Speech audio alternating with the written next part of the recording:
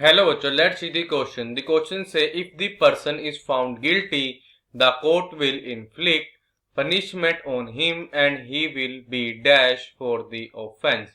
Option A accused, option B acquitted, option C convicted, option D tried. तो हमको ये बताना, अगर मान लो कोई पर्सन है तो क्या गिल्टी फाउंड किया गया तो कोर्ट क्या पनिशमेंट लगाएगा and he will be dash for his offence. हमने ये बताना पे डैश पे क्या आएगा। हमारे पास ऑप्शन है 4। हमने जाना कि उनमें से हमारा कौन सा ऑप्शन जो है करेक्ट है।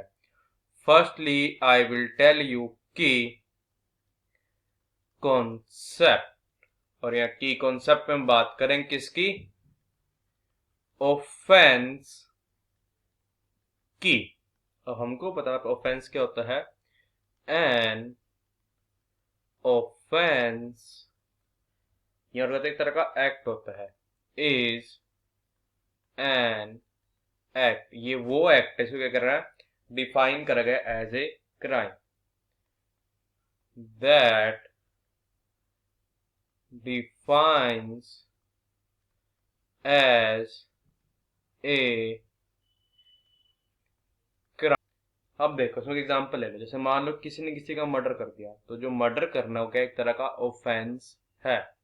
अब किसी पर्सन ने चोरी करी है, वो भी क्या एक तरह का ऑफेंस है, बिकॉज मर्डर करना और चोरी करना दोनों को डिफाइन कर रखा है एज ए क्राइम लॉ के अकॉर्डिंग। तो ये होता है हमारे पास क्या, ऑफेंस। और अब मान लो हमारे पास क्या है, कोई क्या है पर्सन है, इस पे मान लो क्या है एक केस चल रहा है। जब तक इस पे चल रहा है केस, ये क्या होगा, ये होगा एक्यूज। देखो जितने टाइम तक केस चलेगा ना तब तक वो पर्सन क्या एक्यूज रहेगा। अब देखो इस पे केस चल रहा है तो हमारे पास मान लो इसके दो डिसीजन हमारे पास यहाँ पे आ सकते हैं। हमारे पास यहाँ पे एक तो डिसीजन ये हो सकता है कि जिसको क्या कर दिया तो कोर्ट ने बोल दिया क्या है गिल्टी है, मींस इसने रियलिटी में वो क्राइम के जिसके लिए इसको क्या है अरेस्ट किया गया।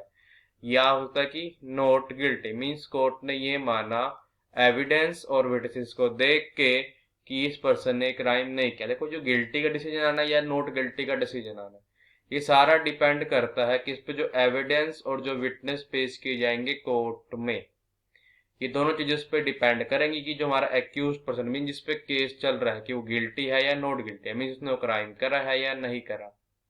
तो देखो अब हमको ये पता, अगर मान लो किसी पर्सन पे क्या चल रहा है केस चल रहा है, उसको फाउंड किया जाता है not guilty, if a person is not guilty और उसको क्या है नॉट गिल्टी है, तो उसको बोलने वो क्या है he will be acquitted for the offence. Mean इसको क्या है उस ऑफेंस से उसको बरी कर दे, कोर्ट उसको बरी कर दे कि हाँ आपने ये क्राइम नहीं किया है जिसके लिए क्या अरेस्ट किया गया था।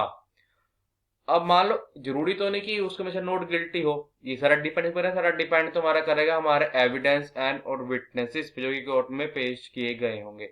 अब मान लो एविडेंस और विटनेस तरह से पेश किए गए कि जो हमारे ऑनरेबल जज साहब हैं वो पूरी तरह कन्विंस्ड हो गए कि हाँ कि ये जो जिस पर्सन को अरेस्ट किया गया मीन जो हमारा क्या एक्यूज पर्सन है उसने क्राइम किया है, तो वहाँ उसका डिसीजन क्या आएगा, उसको फाउंड किया जाएगा गिल्टी, किसने रियलिटी में क्राइम किया है। तो बोलेंगे अगर आप किसी पर्सन का फाइंड किया गिल्टी फाइंड किया तो कोर्ट उस पर पनिशमेंट सुनाएगा, और ये पनिशमेंट जो भी होगी कितने भी साल की हुई सारे किस पर हमारे सारे डिपेंड करती है लॉ के अकॉर्डिंग। हाँ उस पर फाइन भी लगाया जा सकता है पनिशमेंट के साथ, बट ये ओवरऑल दो चीजें डिपेंड करेगी, हमारी डिपेंड करेगी जो लॉ पे भी उस क्राइम के लिए कितनी पनिशमेंट है।